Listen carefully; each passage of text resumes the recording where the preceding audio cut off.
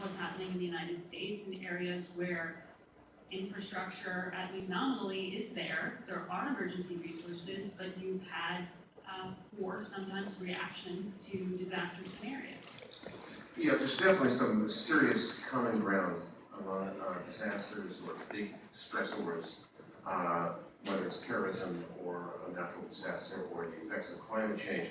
There are common threads that run from the least developed to the most developed countries.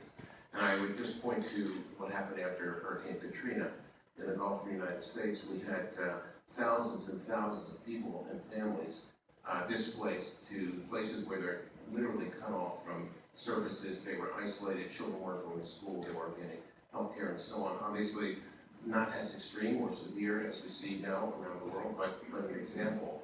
Another example this very day is what's going on in Michigan with infrastructural issues that are causing widespread problems that need to be dealt with.